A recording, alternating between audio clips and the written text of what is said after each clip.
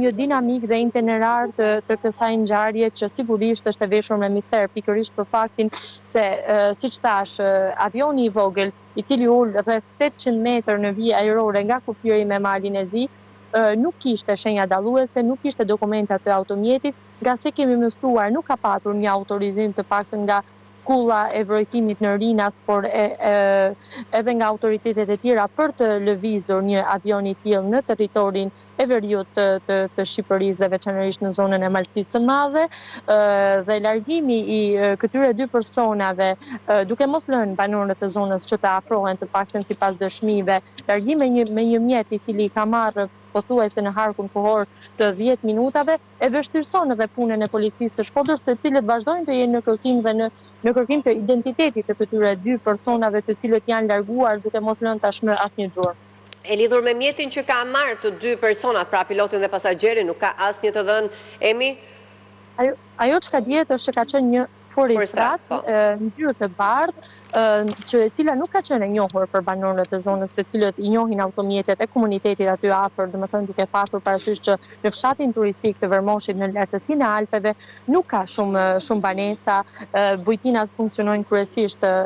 gjatë stinës së verës dhe nuk është se nuk i identifikojnë dhe nuk e njohin njëri tjetrin. Ndaj ka qenë një person i panjohur dhe një automjet i panjohur për zonën, i cili ka marrë dhe i ka, sipas të dhënave, mund të ketë drejtuar drejt fshatit Vuçin, i cili ndodhet në zonën kufitare. Kujtojmë që fshati Vermosh është një pikë kufitare, gjatë rrugës ne kemi hasur një kordon me bunker i cili funksiononte në kohën e diktaturës, pra për të shpjeguar edhe më së miri që është një zonë shumë pranë kufirit dhe lëvizja e këtyre dy personave, pilotit, pasagjerit dhe personit i cili i ka ndihmuar për t'u larguar nga vendngjarja, ka qenë e thjeshtë. Dhe kujtojmë këtu që edhe sipas burimeve nga policia e Shkodrës ka mbërritur të paktën 3 orë me vonesë, duke patur parasysh distancën, vendin e papërcaktuar, i cili nuk njihet shumë mirë as në të themi si location, nuk u njoh si fillim, dhe kanë vonuar. Ndaj kjo kozgjatje e tyre për të mbërritur në vendngjarje i ka dhënë sigurisht kohë edhe atyre për t'u larguar drejt shtigjeve të panjohura që kanë zonat dhe Alpet në veri të Shqipërisë. Pra, deri më tani edhe njoftimin e policisë është konfirmuar se në këtë avion, pra nuk është gjetur asnjë send i kundërligjshëm. Asnjë send i kundërligjshëm. Por cilat janë dyshimet, pra, nga gjithë ky inskenim dhe ky skenar, cilat janë pistat apo ku orientohet policia? Pse mund të jetë krijuar gjithë kjo skemë? Po. Dyshimet për trafik të lëndëve narkotike vazhdojnë të jenë pika kyçe ku po heton policia e Shkodrës. Dyshimet, megjithatë, për të mos arritur në spekulime, sepse siç thash deri në këto momente është bërë vetëm vrojtimi dhe janë dhënë elementet e avionit të vogël, nuk ka të dhëna të tjera përveç të dhënave që ka sjellë sot policia e Shkodrës sa i takon diametrit, lartësisë, gjatësisë që ka mjeti, tipit të mjetit, megjithatë nuk ka të dhëna tjera. Megjithatë, siç thash, po hetohet në trafikun e lëndëve narkotike, duke marrë në konsideratë dhe mënyrën e largimit të mistershme të pilotit dhe pasagjerit. Dyshimet, sipas burimeve, janë që dy personat mund të jenë ngarkuar diku me lëndë narkotike dhe më pas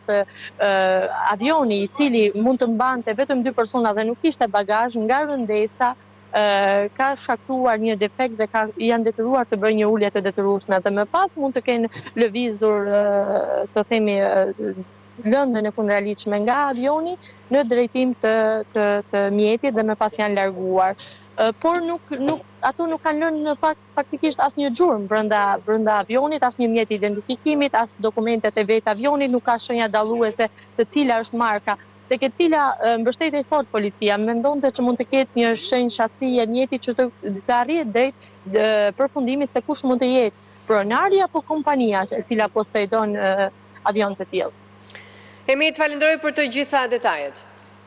Ishte Emi Kalaj në këtë lidhje të drejt për drejt për Klan News, ku ka dhënë edhe informacione që sot kanë dalë zyrtarisht nga policia e Shkodrës, por në fakt nuk ka